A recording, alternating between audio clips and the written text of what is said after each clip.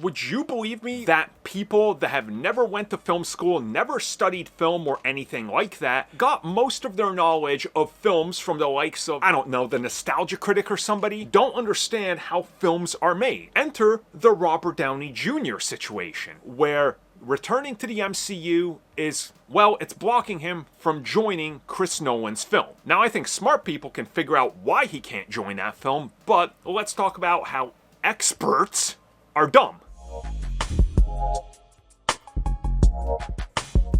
So Robert Downey Jr., whose career is owed to his inclusion in Oppenheimer, obviously owes a lot to Chris Nolan for getting him out of the gutter and giving him the... Oh, wait, no, that's Marvel Studios and Iron Man. How could I be wrong? How could I forget? But the way people are talking about the current situation, it makes it seem like that Robert Downey Jr. owes his entire life and literally should be kissing the feet of Chris Nolan any chance he gets. Why? Because, well, Oppenheimer, 1, but 2, because Chris Nolan allegedly wants Robert Downey Jr. for his latest film, which of course is going to have a bunch of great actors in it, and yeah, it would make sense that he wants to work with Robert Downey Jr. again, but RDJ is unable to commit to it because he took on the role of Doctor Doom. Now, elsewhere, I just saw videos pop up and articles that I can't hit not interested in enough because they keep feeding them to me about how Marvel Studios is being petty and how they should just allow Robert Downey Jr. to go shoot this film because he owes a lot to Chris Nolan. Okay, so let's backtrack this.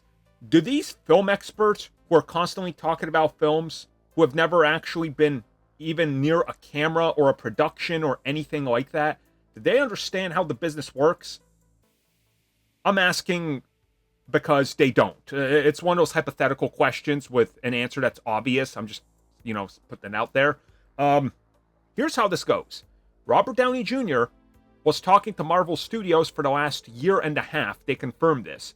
And he agreed to come back and sign the paperwork for the next few films, and he's officially back starting production early next year, the same time that Chris Nolan's film would start production. Therefore, he already committed to a role. He signed a contract. He can't take on a different one. Imagine you yourself, if you're offered a job and you sign a 1-year commitment to this factory, and you're like, all right, I'm starting, let's go, I'm starting January 1st. Suddenly, another factory's like, hey, you worked for us before. Do you want to come back? And you're like, oh, I would love to. I'm sorry, I signed this contract. They're like, oh, okay, yeah, that's understandable. Are you telling me you would just nullify and void the contract, get into a legal lawsuit situation, just to jump over? This is what I mean by film experts don't know what they're talking about. They don't know anything. They're just throwing stuff out there. Their analysis of film is wrong. You'll constantly see them talking about how strong male leads in films are missing.